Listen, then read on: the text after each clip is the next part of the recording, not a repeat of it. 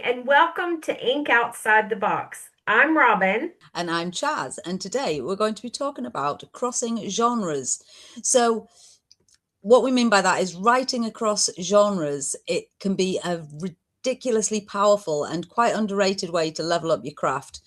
Because each genre trains a different muscle, those muscles can just work together like the muscles in your body really well when you play around with them. So you could look at it like cross-pollination. Yes. So in my garden, I plant marigolds with tomatoes because they act like a kind of a guard dog with bugs and things. But then I've got to have my blueberry bushes right next to each other so they cross-pollinate so I get fruit from them. You don't get fruit from just one blueberry bush. You have to have at least two. And it's the same with corn. You Corn cross pollinates, and that's where you get the ears of corn from. So it's vital that you try your hand at different things. When we were studying our advanced creative writing for our degrees at the Open University, they encouraged us to try different things, script writing and life writing if fiction was your thing or poetry was your thing. They wanted you to try prose and that kind of thing. And I've actually found that because I did certain one different kinds of genres, I actually found that my prose improved. Years ago, I was doing photography a lot, and I still do it now and then, but not as much as I did then. And I took a whole year off shooting color film and I shot black and white. And black and white only works if your composition is spot on and your tones and that kind of thing work well together. So when I finished that year of shooting black and white film, I went back and looked at my color photography and realized that it really made a huge difference I because would imagine it would, yeah. it was night and day compared to what I had shot before I did the black and white period, I guess. But it improved Wow. my composition, and I paid more attention to where the light was coming from, and I paid more attention to the textures.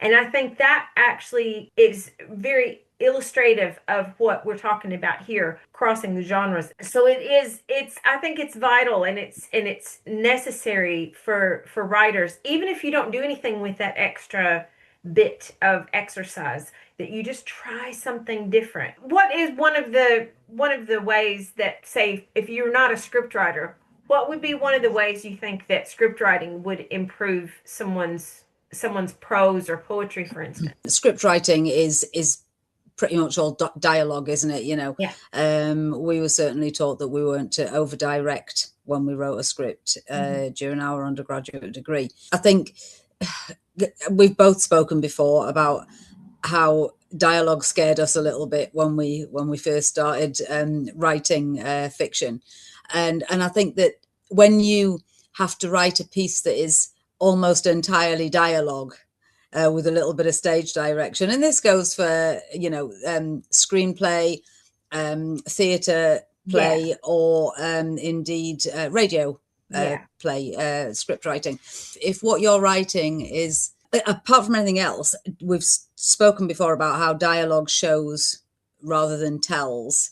Hmm. So if you can master getting some good dialogue written for a script, you're going to find it much easier to then put that into a prose piece. Yeah. So I would even recommend, and it's quite, because it's quite a different discipline as well. One of the things I did when we had to write a short story for uni, didn't we? And then we had to turn that into a script.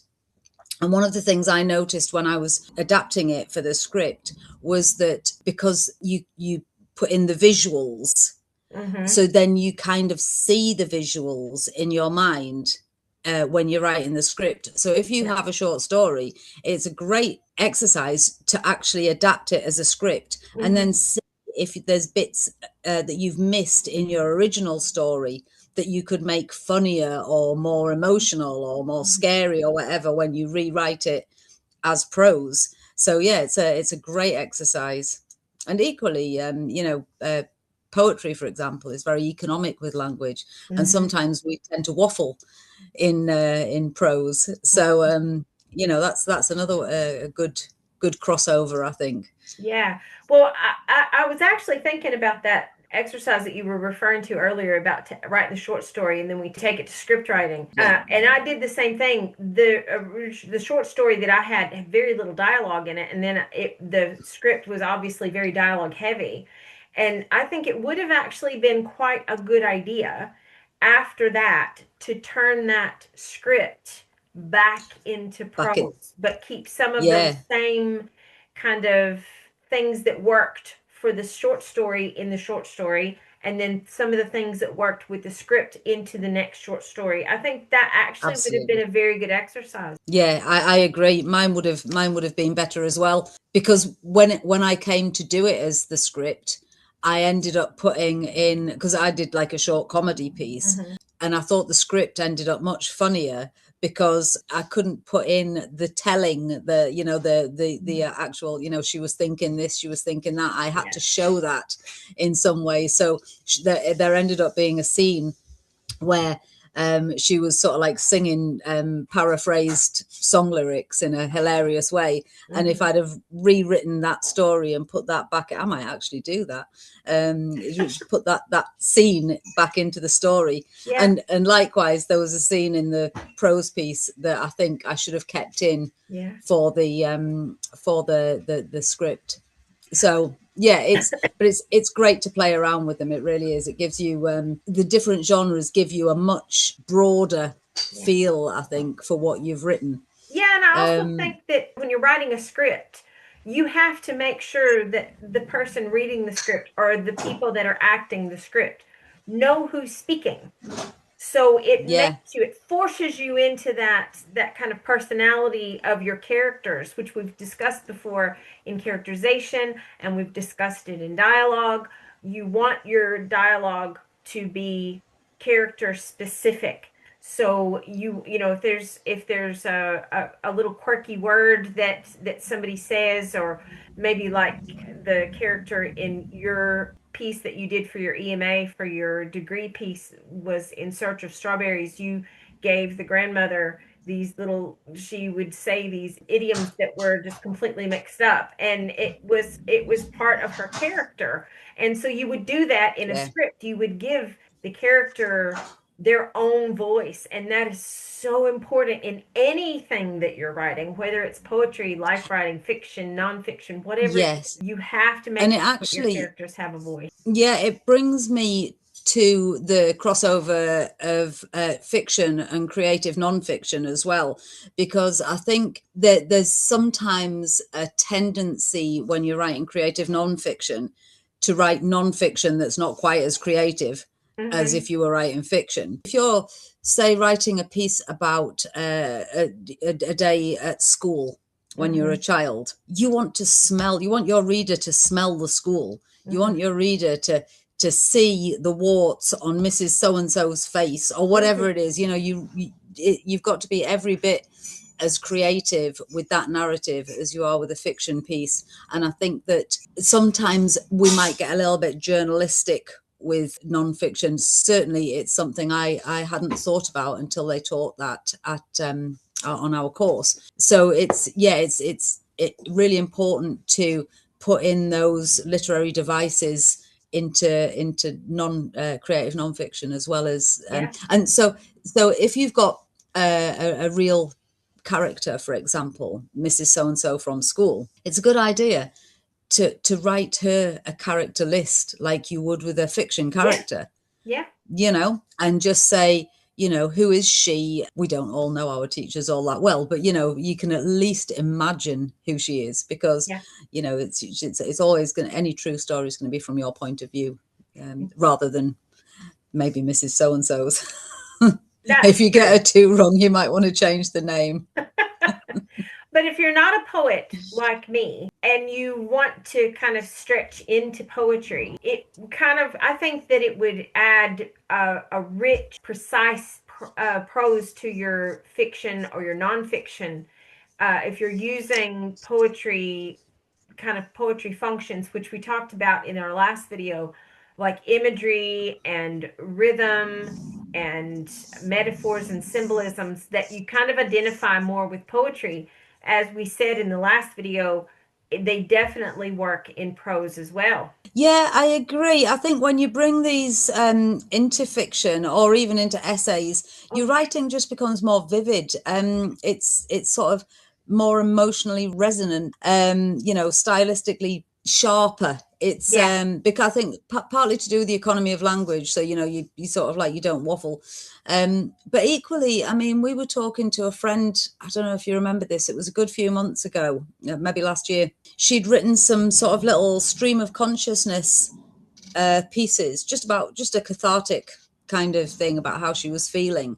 Hmm. And I said, "Wow, that's like it's almost poetry. Have you thought about sort of fiddling with the line lengths and sort of rather than it just being a little blurg that comes out? Have you thought about chopping it up into stanzas or couplets or whatever?" And she said, "Oh, I hadn't thought about that," and she did, and she had some beautiful poems, didn't she, at the end Yeah, of she it? I don't did. know, do you remember Yeah. that? Yeah, these things cross over. uh they cross over really well. I I think mean, so as too. as with everything, we will be doing an episode on revision and editing at some point, obviously, Hmm. because it's like a huge part of writing. As with anything, that needs to be done. Um, but these things that we're talking about in these episodes are really good exercises in stretching your writing muscles. I think, yeah, first drafts, second drafts, third drafts, even they're fun to play around with. Yeah. And if you want to make sure that you don't miss those episodes, make sure that you subscribe to the channel and like and comment on this video and our other videos because that helps us. That will help our channel grow. And subscribing to the channel doesn't cost a penny, it's free. And if you hit the little bell icon when you subscribe, you'll get a notification every time we put out a new video, which are Mondays at 6 o'clock. We're talking about crossing genres in writing, so it strengthens the kind of writing that we want to do. I tend to stick with prose, sometimes fiction, sometimes nonfiction. I'm writing a blog for my website. Charity really focuses on poetry, but she's really, really strong in her prose, but because she's a very effective poet. So if you don't write fiction, a lot of people really quite like life writing, for instance, or nonfiction, not necessarily because they're two different genres really. And if you kind of dabble around with fiction, I think that you would end up with a deeper characterization and you learn how to build your world. And so what Yeah. are some of the other things that you feel like if somebody doesn't write fiction, what do you feel like maybe they could learn from writing fiction that would strengthen their other genres? Well, I think fiction. We've talked about characterization, and Hmm. I've just mentioned about writing a character list. Writing a character profile, and I Hmm. think that's one thing that fiction really does teach you to do is build complex characters. It also teaches you to sustain narrative tension. Oh, you're right. As I think you mentioned it in last week's episode about sort of line lengths and like Hmm. shorter lines being more punchy and things like that. And these are transferable skills. You can whack these between fiction and non-fiction. So if you are more of a non-fiction writer, you can utilize these devices within your non-fiction. It Definitely. also, I think I touched on it before, it helps you create immersive settings. Fiction writing, I think, helps you balance your plot and your Hmm. emotion and your theme. You've got all these things to think about when you're trying to put a fictional story across, and they work so beautifully in non-fiction. And equally, there's a lot of stuff that you write that you use in non-fiction that you can transfer over to fiction. So I know that you write both, Robin. Is Hmm. there anything in particular that you find works that you use in non-fiction that you find works well in your fiction? Well, the thing about nonfiction and life writing, because that's really kind of more where I kind of sit, is in instead of like biographies or something like that, I kind of do kind of an autobiography kind of life writing. And obviously you didn't have a video recorder, right? Video and recording every single thing that was said and every single thing that happened. So in every nonfiction, I don't care what it is, unless it's a news report, and sometimes even then, you make things up. You have to fictionalize some conversations, you have to fictionalize some events. There was a short story that I wrote for the compilation anthology that we did called Cloud Sneezing. The short story that I wrote where that name came from was called Sneezing in the Clouds. And it was about a day that I had at school when I was a kid. And I came home and had a terrible time with my mom and went next door, and my grandmother comforted me. And all of those things didn't happen in one day, realistically. They happened over a period of time, but I compressed them into one day to tell the story, to get to the point of my grandmother comforting me. Because if you didn't know what kind of day that I had had at school and come home and had that day didn't improve, then the comforting of grandma wouldn't have made any difference. So I believe Yeah. that you have to use some fiction in every nonfiction story, no matter how long or short it is. Otherwise, it's gonna look like a list of events instead of a story. And I mean, face it, we can't all remember every single thing. I had a weird memory. I've always had this weird memory of a car crash that happened. Or it was a coach had overturned on the motorway when I was a child. And I recently discovered, after talking to my mum about it, so in my memory, me and my little sister Deborah were sitting in the back of the car, and for some obscure reason in my memory, my dad comes in through the passenger side window. And I've never understood this at all. And I was talking to my mum about it, and she said, "Oh no, you were only two, Charity.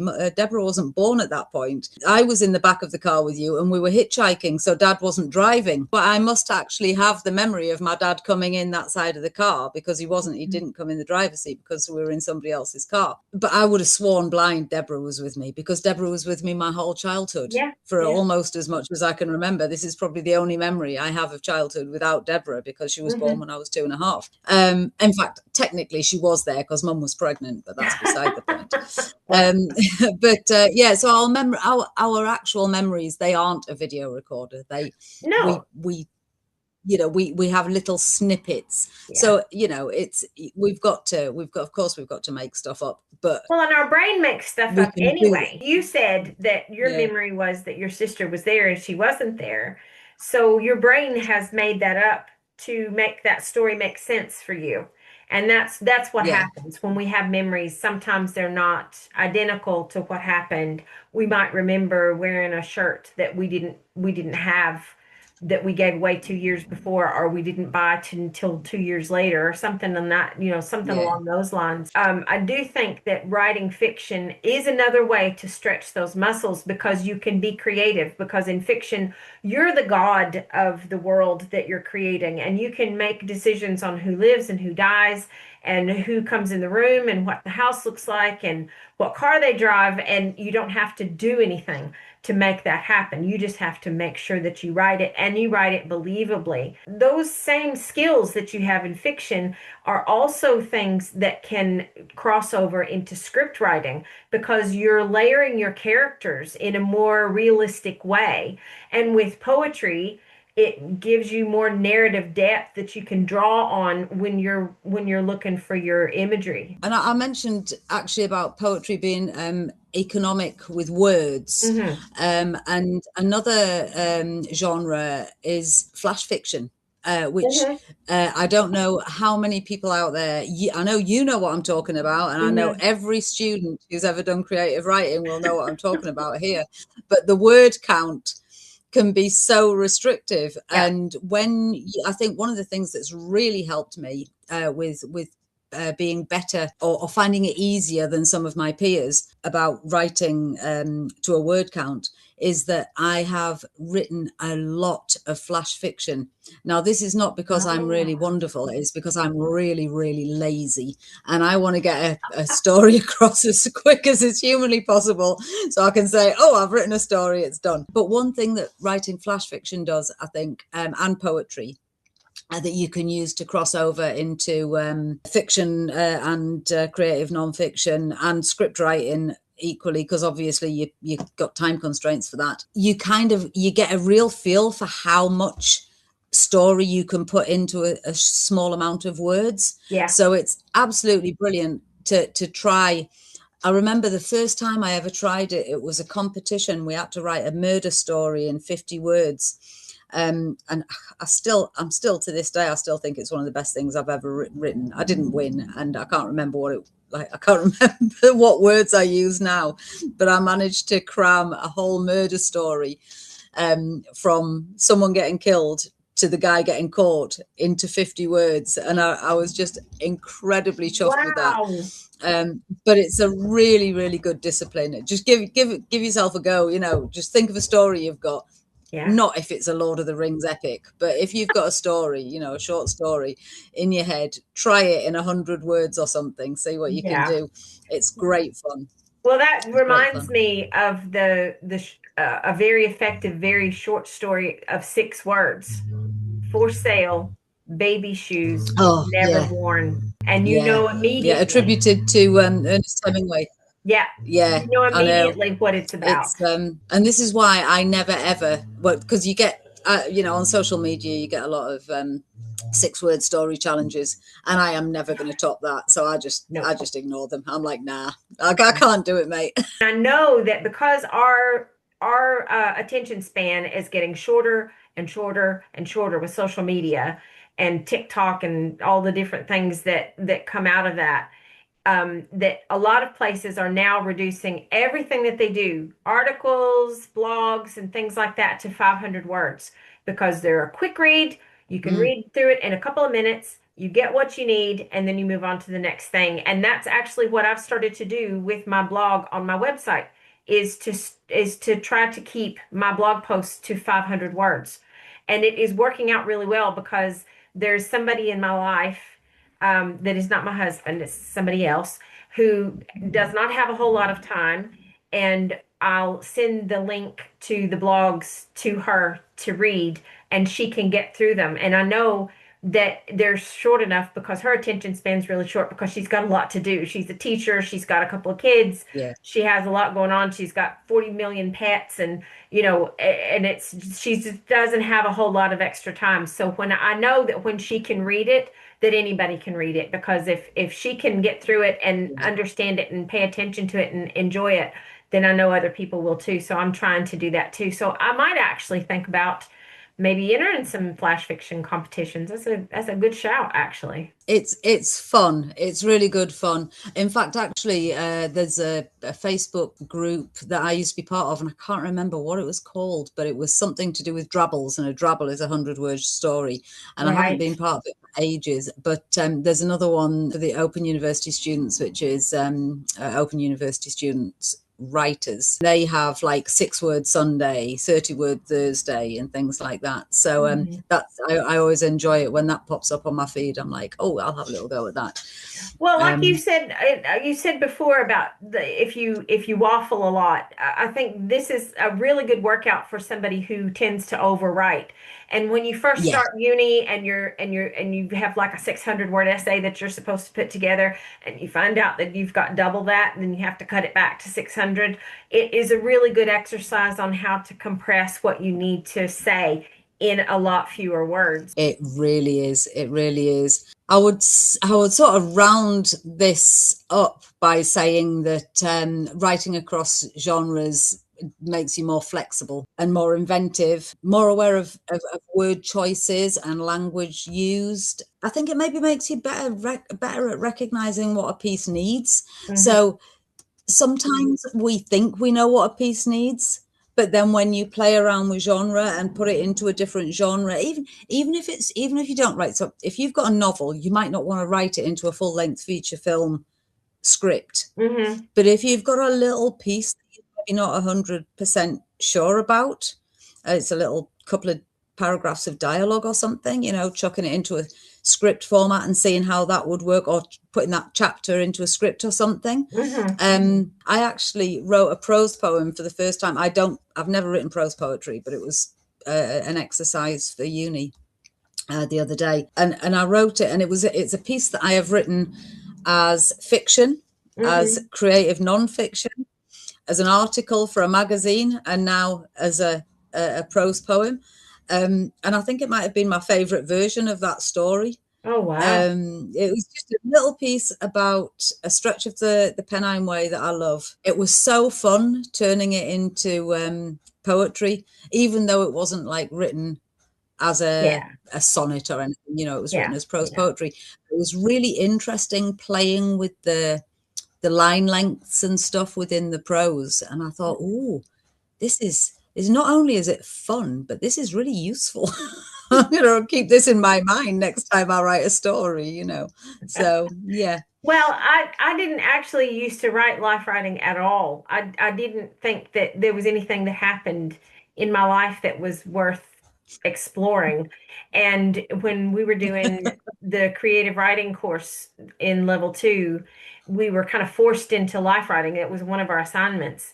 And I wrote a piece and I was like, gosh, that's actually not too bad.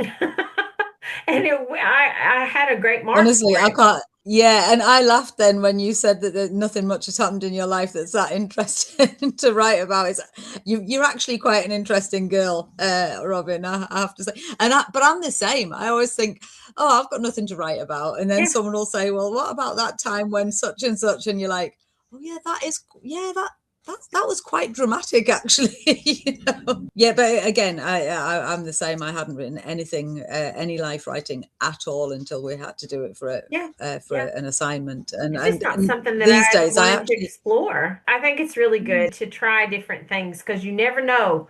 You actually might find that that new genre is really your bag, and that's what you actually need to be writing. And just keep, go down those rabbit holes and find something to write about that's different than what you're used to, and you'll find out that you have a lot more stretch to be able to write in your chosen genre. So that's going to do it for us this week. And as we always say, just keep on writing.